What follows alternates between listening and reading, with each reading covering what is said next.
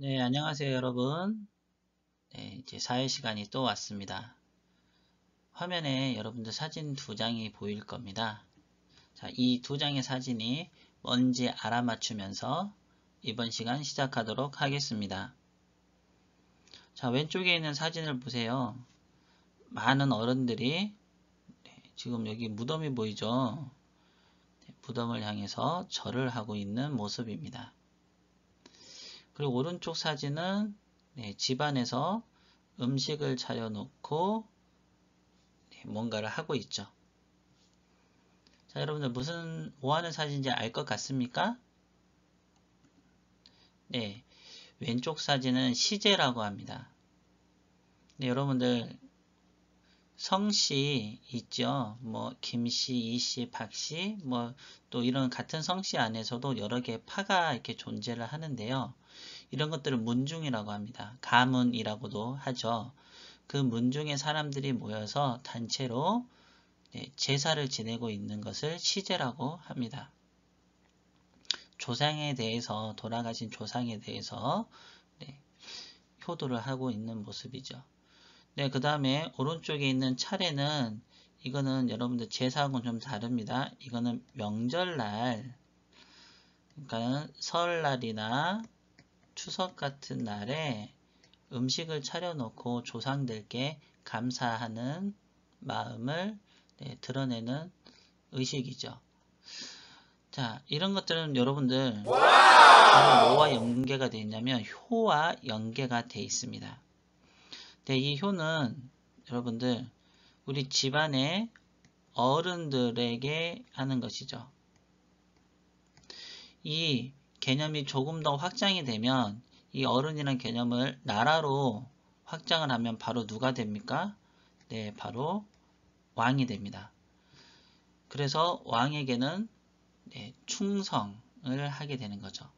이 효와 충이 바로 조선사회를 이끌어가는 두 개의 아주 중요한 가치가 됩니다. 자, 여러분들, 그래서 이번 시간에는 유교 질서를 바탕으로 한 조선사회의 모습을 알아보겠습니다. 이 유교 질서의 바탕이 되었던 게 바로 여러분들 충과 효입니다.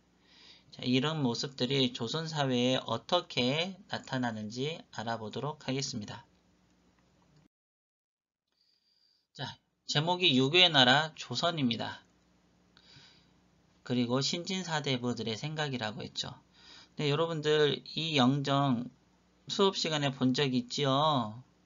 네, 바로 누굽니까? 맞습니다. 여러분들 바로 정도전입니다. 네, 정도전이 여러분들 조선을 디자인했다라고 또 말을 해도 지나침이 없을 정도입니다. 이 정도전은 여러분들 신진사대부죠. 신진사대부들은 유학을 공부했습니다. 그래서 이 신진사대부들은 어떤 생각을 가지고 있었냐면요. 여기 나와 있는 것처럼 위로는 임금부터 아래로는 백성들까지 모두 유교 질서에 따라서 생활을 해야 한다고 생각을 했어요. 그리고 유교의 가르침에는 어떤 내용이 있냐면 나라의 근본은 백성이며 왕은 백성을 위한 정치를 해야 한다라고 되어 있습니다. 그래서 정도전은 어떤 생각까지 했었냐면요. 왕이 백성을 위한 정치를 못한다면 왕을 바꿀 수도 있다라고 했습니다. 그래서 정도전은 바로 고려는 더 이상 안 된다. 고려는 희망이 없고 새로운 왕조를 만들어야 된다. 새로운 나라를 만들어야 된다. 그래서 바로 누구와 갈등을 겪었었죠? 네, 정몽주와 갈등을 겪게 되고요. 정몽주가 죽고 난 뒤에 조선이 세워지게 되죠. 왕은 끊임없이 공부를 하면서 백성을 위한 정치를 해야 합니다. 이게 바로 신진사대부들의 생각이었어요. 자, 그러면 여러분들 삼강오륜이라는 게 있습니다. 지금 우리 교과서에 요 내용이 일부 나와 있는데요. 선생님은 3강까지 추가해서 여러분들에게 알려주겠습니다. 자, 이 삼강오류는 유교에서 기본이 되는 3가지의 강령과 5가지의 도리라고 합니다. 삼강은 먼저 군이 신강, 군은 임금을 뜻하고요. 신은 신하를 뜻하겠죠. 그래서 임금과 신하 사이에 마땅히 지켜야 할 도리입니다. 그리고 두 번째는 부의, 부강. 네, 여기서 앞에 부자는 부의, 자강. 앞에 부자는 어버이를 뜻하고요. 자자는 자식을 뜻합니다. 그래서 어버이와 자식 사이에 마땅히 지켜야 할 도리를 부의, 자강이라고 합니다. 삼강 중에 세 번째는 부의, 부강입니다. 앞에는 남편을 뜻하는 부고요. 요 뒤에 부는 아내를 뜻하는 부입니다. 그래서 결혼한 사람들을 부라고 하지요. 네. 그래서 남편과 아내 사이에 지켜야 할 도리를 부의, 부강이라고 합니다. 요거 보면 모두 강으로 끝나죠. 그래서 삼강이라고 합니다. 그리고 오류는 여러분들 도덕을 다른 말로 뭐라고 하죠? 윤리라고도 하죠. 이 윤 같은 한자입니다. 자, 오류는 군신유의, 의. 자, 여기서 군은 임금을, 그 다음에 신은 신하를 뜻합니다. 그래서 임금과 신하 사이에는 의로움이 있어야 된다. 그리고 두 번째는 부자 유친, 여기서 친입니다. 앞에 부는 어버이를 뜻하고 자는 자식을 뜻합니다. 그래서 어버이와 자식 사이에는 뭐가 있어야 한다? 친함이 있어야 한다. 그리고 부부 유별, 요 마찬가지로 부부는 남편과 아내를 뜻합니다. 그래서 남편과 아내 사이에는 구별이 있어야 한다. 그리고 장유유서, 장은 어른 장자입니다. 유는 여러분들 학교 초등학생보다 어린 아이들이 다니는 곳을 유치원이라고 하죠. 어릴 유자입니다. 그래서 어른과 어린이 사이에는, 아이 사이에는 차례와 질서가 있어야 한다는 말입니다. 붕우유신, 신은 믿음이죠. 붕우는 친구를 뜻합니다. 그래서 친구 사이에는 믿음이 있어야 한다라는 말입니다. 여러분들 굉장히 좋은 말들만 모아 놓았습니다. 그런데 이게 좀 약간은 수직적인 가치가 들어가 있어요. 자, 어떤 거냐면 군이 신강했으면은 여기서 분명히 임금과 신하 사이에 마땅히 지켜야 할 도리가 있다라고 했는데 누구의 도리가 더 강하냐면 신하가 임금에게 해야 하는 도리가 더 강합니다. 그리고 부의 장강에서는 자식이 어버이에게 해야 하는 도리가 더 강하고요. 부의 부강에서는 아내가 남편에게 해야 할 도리가 더 강해요. 그래서 이게 수평적인 도리가 아니고요. 수직적인 겁니다. 그래서 바로 여기에서도 뭐가 나오냐면 여러분들 효. 여러분들 효는 집안에서 자식이 부모님을 잘 모시고 기쁘게 해드리고 이런 것들이죠. 그리고 충은 신하가 임금에게 하는 겁니다. 충을 위해서는 죽을 수도 있죠. 효를 위해서는 죽을 수도 있습니다. 그래서 이 삼강오륜이라고 하는 것들이 수직적인 가치를 담고 있고요. 이게 조선사회에서 유교적 가치를 잘 드러내고 있는 것입니다.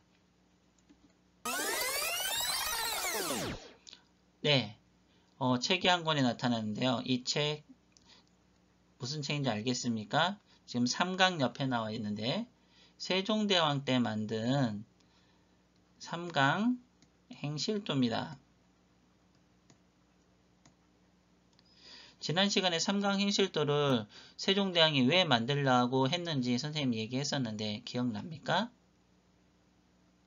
나는 친구도 있고 아닌 친구도 있을 텐데 삼강 행실도를 만들게 된 이유가 아들이 아버지를 살해하는 사건이 발생해요.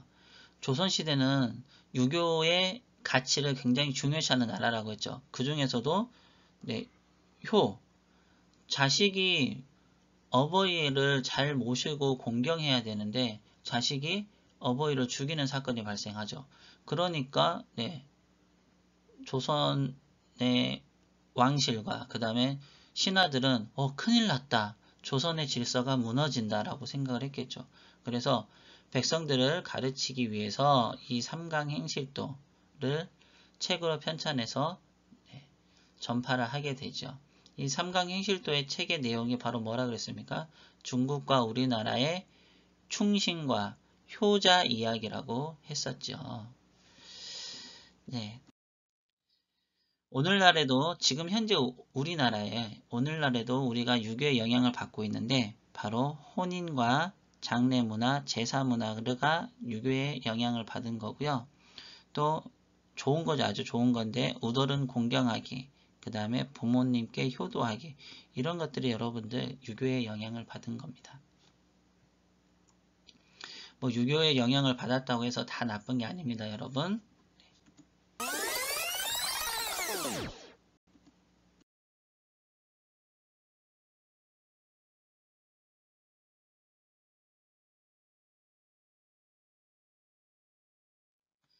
자, 그리고 이번에는 경국대전입니다. 경국대전은 조선시대의 헌법이라고 할 수 있습니다. 조선시대 최고의 법전이고요. 조선은 건국을 하자마자 법전을 만들기 시작합니다. 법전을 만든다는 것은 왕께서 마음대로 정치를 하지 마세요 라는 뜻이죠. 법에 나와 있는 대로 하라는 뜻입니다. 네, 이 경국대전은 세조 때 이제 만들기를 시작했는데요. 1461년에 일단은 완성을 시켜서 반포를 합니다. 그래서 이 경국대전이고요. 이 경국대전은 이 뒤로 계속 수정, 또 수정, 또 수정을 거쳐서 최종 완성이 된 것은 세조 다음 왕인 바로 성종 때입니다. 1485년이죠. 무려 24년이나 걸렸죠. 이 해가 을사년이거든요. 그래서 이때 이 경국대전을 을사년에 만들어졌다고 해서 을사대전이라고도 합니다. 여러분들 경국대전의 뜻을 다시 한번 얘기해 드릴게요. 경국대전. 네, 이 경은 다스린다라는 뜻이고요. 국은 나라를 뜻합니다. 나라, 그리고 경은 다스린다. 그리고 대전은 큰 법전을 얘기합니다. 자, 그러니까 경국대전은 나라를 다스리는 큰 법전이란 뜻입니다. 그래서 여기 나와 있는 제목처럼 조선시대 최고의 법전이 되겠습니다. 여기는 조선의 통치 규정이 들어가 있는데요. 세금, 그 다음에 토지를 매매하거나 상속을 할 때 또는 노비를 매매할 때 그런 규정들이 들어가 있고요. 그 다음에 각종 시험, 그 다음에 외교는 어떻게 해야 되는지, 그 다음에 국방과 군사 분야, 그리고 형법과 도량령, 거의 조선을 이렇게 다스리는 데 있어서 모든 내용이 들어가 있는 법전이라고 생각하면 됩니다. 여러분들 도량형은 아마 처음 들어본 말일 텐데요. 길이, 무게, 이런 것들을 나타내는 단위를 도량형이라고 합니다. 그리고 일상생활과 관련된 예를 몇 가지 말씀드리면 이때도 조혼이 굉장히 심했었던 것 같습니다. 어린 나이에 결혼하는 걸 조혼이라고 하는데 그래서 법을 아예 정했어요. 조혼을 하지 못하도록. 그래서 남자는 15살, 여자는 14살이 되어야 결혼을 할 수 있었다라고 합니다. 자, 지금 기준으로도 15살, 14살은 여러분들 중학생이에요. 그러니까 이때 결혼한다는 것은 말도 안 되는 거죠. 요것도 지금 기준으로 볼 때는 굉장히 일찍 결혼하는 거죠. 자, 그리고 토지와 집, 노비를 매매할 때는 관청에 100일 안에 일자가 빠졌네요. 100일 안에 신고를 해야 하는 의무가 있었습니다. 자, 그리고 관노비가 임신을 하면 출산 전에 30일, 출산 후에 50일에 무슨 휴가를 주었냐면 출산 휴가를 준 겁니다. 와, 네. 이렇게 이게 다 경국대전 안에 들어가 있는 내용들이거든요. 그래서 이 경국대전은 크게는 나라를 다스리는, 그리고 작게는 일상생활에 굉장히 많은 부분까지 정해져 있는 법이었습니다. 자, 이번에는 신분제도입니다. 조선의 신분 구분은 매우 엄격했습니다. 자, 우리 지금 교과서에는 양반, 중인, 상민, 천민 이렇게 나와 있는데요. 경국대전에는 어떻게 나와 있냐면 양인과 천인으로 구분한다라고 했습니다. 그러니까 조선에는 경국대전에 의하면 두 개의 신분밖에 없어요. 바로 양인과 천인이죠. 자, 그러면 이 양인에 바로 누가 들어가느냐? 위에 보면 양반, 중인, 상민, 천민이 있죠. 바로 이 양인에 누가 들어가냐면 양반, 그리고 중인, 그리고 상민이 들어가는 겁니다. 그리고 이제 여기 천민이 되겠죠. 자, 그러면 기본적으로 이 양인은요, 뭘 볼 수가 있었냐면은 과거를 볼 수가 있었어요. 과거를 볼 수 있었다는 뜻은 여러분들 관리가 될 수 있었다는 뜻입니다. 자, 그리고 이 사람들은 양인들은 세금을 내야 했었고요. 그 다음에 군역에 대한 의무가 있었어요. 자, 그런데 천인은 이런 것들이 없죠. 자, 그런데 지금 우리 교과서처럼 이렇게 4개로 구분이 된 게 16세기입니다. 16세기가 되면 신분제도가 이렇게 4가지로 정형화가 된다고 해요. 그러면 처음에 경국대전에는 2가지밖에 없지만 이렇게 되는 거죠. 그래서 바로 16세기에는 이 상민이 어떤 의미로 통하게 되면 양인으로 통하게 됩니다. 양반과 중인은 지배계층이 되는 거죠. 자, 양반은 여러분들 관리가 되거나 유교의 가르침에 담긴 책을 공부하고 지역의 선비들과 여러 가지 주제로 토론하기도 했다. 네, 관리가 되거나 공부만 했다는 겁니다. 그러면 돈을 벌거나 이런 생계수단은 누가 하는 거죠? 네, 집 안에 노비들이 있는 거죠. 노비들이 하는 거죠. 자, 그 다음에 중인들은 궁궐에서 그림을 그리거나 화가가 되거나 외국 사신을 맞이해서 통역을 담당하기도 했습니다. 자, 그는 중인들은 주로 기술직이나 전문직 관리였다는 것. 네. 그리고 상민은 대부분 농사를 지으면서 생활을 했고요. 나라에 큰 공사나 일이 있을 때 불려가서 일을 하는 역할도 했습니다. 이런 것을 여러분 역이라고도 합니다. 자, 그리고 천민은 양반의 집이나 관공서에서 허드렛 일을 하거나 물건을 만드는 일을 했고요. 그 다음에 주인집에 살지 않고요. 따로 살면서 밖에서 사는 노비들도 있었다라고 합니다. 여러분들 조선시대 때 이 신분 구분은 매우 엄격해서요. 이 신분 제도를 흐트러뜨리는 행동을 하게 되면은 강상죄라 그래가지고요. 강상죄라고 해서 매우 심한 벌을 받았다고 합니다. 네, 조선 전기 여성들의 생활 모습에 대해서 좀 알아보도록 하겠습니다. 자, 조선 전기에는 아들과 딸에게 재산을 골고루 나누어 줬다라고 합니다. 지금 우리가 다르게 지금은 그러니까는 딸에게는 여러분 이런 말 들어봤는지 모르겠는데요. 출가 외인이라고 그래서 출가는 결혼을 해서 집을 나갔다는 뜻이에요. 결혼을 해서 집을 나가면 외인, 바깥 사람이다. 그러니까는 우리 집 식구가 아니라는 뜻이죠. 그래서 딸들에게는 어떤 게 있었냐면 재산 상속을 안 해주는 게 있었어요. 그래서 이게 얼마 전에 이제 법으로 뭐 아들이든 딸이든 차별을 두지 말고 똑같이 나누어 줘야 된다라고 이제 법까지 만들어졌는데요. 이게 조선 전기 때까지만 하더라도요. 아들과 딸을 구분하지 않고 재산을 고르게 물려줬다라고 합니다. 그리고 제사 역시 아들과 딸이 돌아가면서 공평하게 했었다고 해요.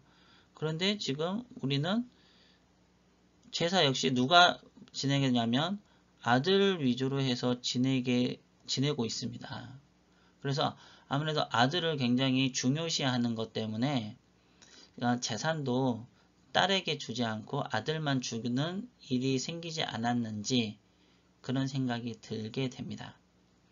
그리고 조선 전기 때 여성은 결혼한 후에도 자신의 집에서 남편과 함께 삶을 살았다고 해요. 여러분들 신사임당 알죠? 이 신사임당의 아들이 바로 누굽니까? 네, 우리 5,000원에 나와 있는 이이입니다. 이 이이가 어린 시절을 보낸 곳이 바로 어디냐면은 오죽헌이에요. 오죽헌은 강릉에 있고요. 이 신사임당의 집입니다. 이이는 여기서 태어났고요. 어린 시절을 여기서 보냅니다. 이 말은 신사임당은 결혼을 하고 나서도 자신의 집에서 꽤 오랫동안 살았다는 뜻이에요. 그런데 우리가 흔히 알고 있는 모습은 이제 결혼을 하면 조선시대 때 결혼을 하면 여자는 그냥 남편을 따라간다라고 생각을 하는데 그러지 않았다는 겁니다. 조선 전기 때까지는. 그리고 양반 여성의 경우에는 땅을 사고 팔 수도 있었고요. 여러 가지 경제 활동을 한 기록들이 발견이 되고 있습니다. 자, 이걸 봤을 때는 조선 전기 때까지만 하더라도 여성들의 사회생활이 비교적 우리가 알고 있는 것보다는 꽤 높은 수준의 사회생활을 했었다라는 것을 알 수 있고요. 아들과 딸 차별이 없었다는 것도 알 수가 있습니다. 네, 탐구활동 조선의 예술가 신사임당입니다. 선생님이 학교 다닐 때는 신사임당을 어떻게 누구로 배웠냐면은 이의 어머니로만 배웠어요. 그래서 신사임당은 자식을 훌륭하게 키운 좋은 어머니, 좋은 아내, 이걸 현모양처라고 하는데요. 이런 이미지로만 배웠었습니다. 하지만 지금은 신사임당을 한 예술가로서 신사임당 그 스스로의 정체성을 우리가 배울 수 있게 되었지요. 자, 선생님 한번 읽어보겠습니다. 어려서부터 그릴기를 좋아한 신사임당은 유교 경전을 공부하고 글과 시를 잘 썼으며 그림도 잘 그렸다. 네, 예술적 재능이 뛰어났다는 말이죠. 오늘날 전해지는 초충도를 보면 안정된 짜임새, 섬세하고 부드러운 묘사, 그늘을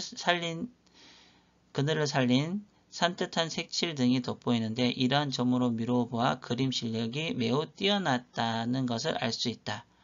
또한 신사임당의 자녀 중 율곡이는 태계 이황과 함께 조선시대를 대표하는 학자가 되었다. 네, 이가 가장 유명한 게 신만양병설이 있어요. 네. 양자가 빠졌네요. 양병설. 신사임당께서 그린 초충도입니다. 자, 그러면 여러분들 3개의 질문이 있죠. 자, 요 질문 영상을 멈추고 한번 해결해 보도록 하세요. 자, 영상을 멈추세요. 다 했습니까? 선생님과 함께 알아보도록 하겠습니다. 네, 신사임당은 주로 풀과 벌레를 많이 그렸습니다. 자, 그리고 신사임당은 인상적인 거는 아마 여러분들 이런 것을 썼으면 좋았을 것 같아요. 조선시대 여성들은 예술활동이 어려웠을 것 같은데 훌륭한 작품을 만들었다는 것이 인상적이다. 네, 우리가 알고 있는 여성들의 생활이 굉장히 여러분들 좀 활발하게 자유롭게 할 수 있는 상황은 아니었었죠. 그렇기 때문에 신사임당이 화가로서의 재능을 이렇게 뽐내고 훌륭한 그림을 남긴 것이 매우 인상적입니다. 그리고 신사임당 그림의 특징은 색깔이 다양하고 아름다우며 꽃잎의 모양이나 잎이 매우 사실적으로 잘 그렸다는 것입니다. 네, 여러분들 지금까지 유교가 조선시대에 사회에 어떻게 반영되어 있는지를 배웠고요. 다음 시간에는 이제 임진왜란으로 들어갑니다. 그래서 임진왜란이 일어나는 과정과 어떻게 극복을 했는지 그 극복 노력에 대해서 배우도록 하겠습니다. 여러분들 오늘도 공부하느라고 수고 대단히 많았습니다.